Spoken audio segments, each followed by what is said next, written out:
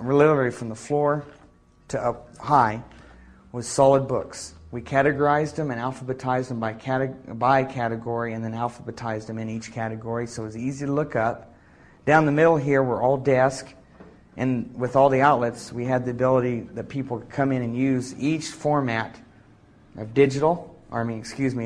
media, for instance, beta, VHS, high 8, whatever, with a monitor, and they could use books, and I made arrangements with the copy shop down the street, and they would make copies for us at a reduced rate.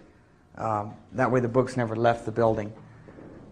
This whole front portion from this here was solid file cabinets, completely packed full, every single drawer, the big file cabinets of individual pieces of research material.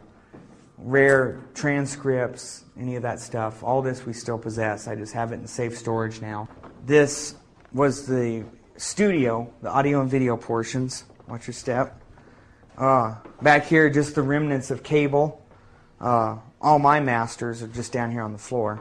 Bills are all preserved in a safe place. Those are just the masters of all my broadcast.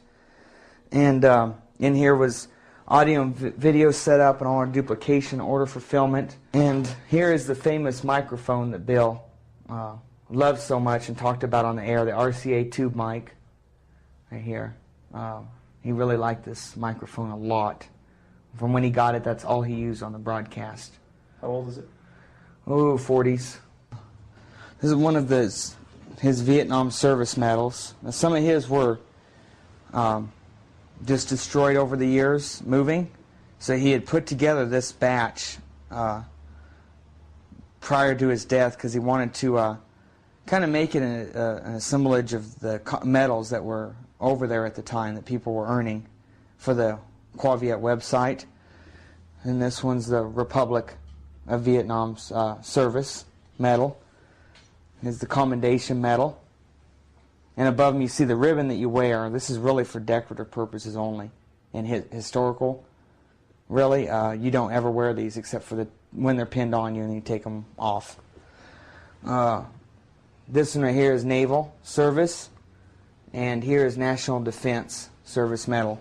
These, some of these pieces all these pieces down here were some of Bill's favorites that he had in his work area on display.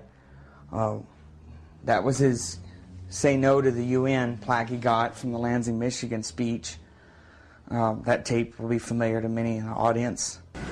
Because when I'm here, I'm just Bill Cooper. I'm talking to you from my heart. When I'm on the radio, I am on a mission. And that mission is to slap people upside the head and wake them up and even make them hate me, if that's what it takes to get them to go examine what I'm telling them to find out that it's right. You see, I don't care how it's done as long as they wake up. And if I have to be the bad guy that they're going to hate for the rest of their life, that's okay with me if I wake them up. A Bill of Rights from a very old print, and they fixed it to that wood placard and gave that to him, some of his friends. The Saint casting out Lucifer. That was by the kitchen. This is one of his all-time favorite records ever. Love is a Gentle Thing. Here's a nice reproduction of the Declaration of Independence for the States of America. And here's a leather embossed plaque that Eva and I had gotten Bill for his birthday back in 1999, 2000, one or the other. It's the prayer at Valley Forge from the famous painting of George Washington praying, asking for guidance. As this copper engraved plate and raised of JFK, John Fitzgerald Kennedy, the 35th president. This is one of Bill's favorite pieces, hung in the hall entryway of the house.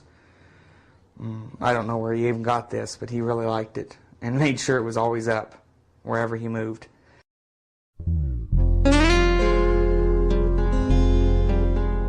The story of how I came upon this site is a unique one.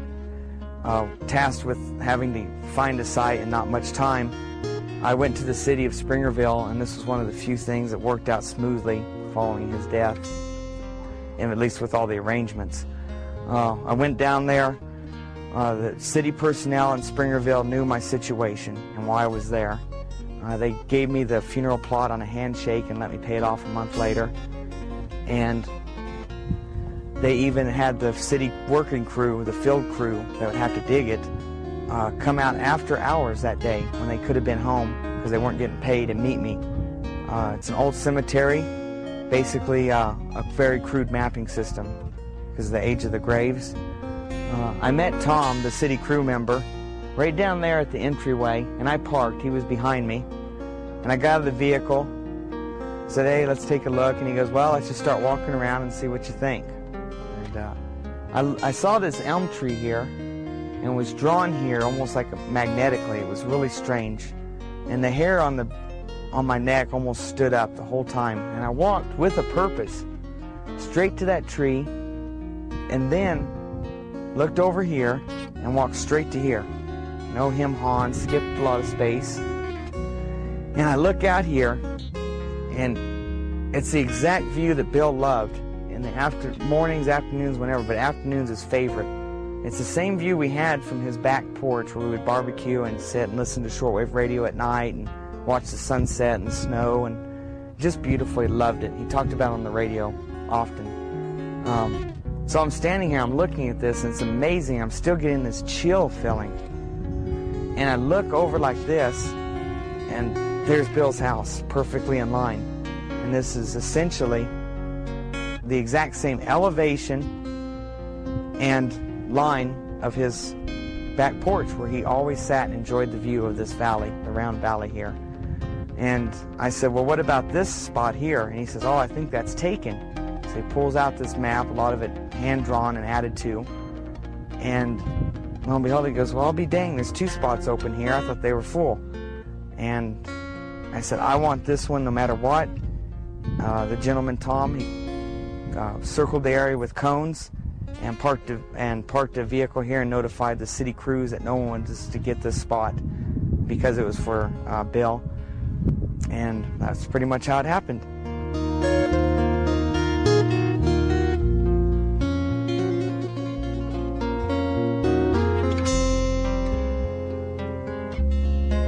Track of it. It's North Carolina. Okay, so there's at least a description of North Carolina being put down now. writing down what's the These are from Michigan. Okay, now we're getting ones. Petoskey stones. Petoskey stones from Michigan. Yeah, they're from Michigan. This also came from Lisa. It's from a rock from Washington State. Where's that one from? Vermont. Both? Yes. Tumbled flint from Ohio. Flint Ridge, actually, no less. So, this is from Chicago, Illinois. Crack around already. It is a geo. Oh, Look at that. wow. Yeah. Probably due to the light and circumstances, the research he was involved in and what he was exposing, I have no doubt he is in a much better place not having to mess with this anymore. And but he left behind a huge hole in society and this whole genre of research that cannot be filled by anyone else, at least that I've ever ran into in this field or expect to run into. He's missed by many. And he made his fair share of enemies. But sometimes that happens if you're going to call their bluff, especially in front of 5,000 or 10,000 guests at a speaking engagement. Ideally, we hope the Hour of the Time will continue forever, or at least as long as Doyle and I are around, which is going to be a good long time. We'd like to take the Hour of the Time in the same direction Bill was always pointing it. We don't want to deviate too far from that. Granted, we have to make the Hour of the Time a bit more our own. Bill Cooper's not around anymore, and we are constantly receiving emails, both good and bad, some saying, excellent job, guys, really appreciate what you're doing, and some of them saying, you know, Bill wouldn't have done it this way. Well, unfortunately, Bill's not around anymore, and he's not here to tell us how he might have done things.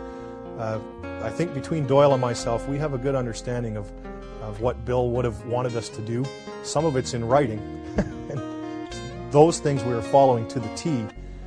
And definitely the pursuit of truth is key, And the more knowledge you get, the closer you get to that goal. I've seen too much through my life happening.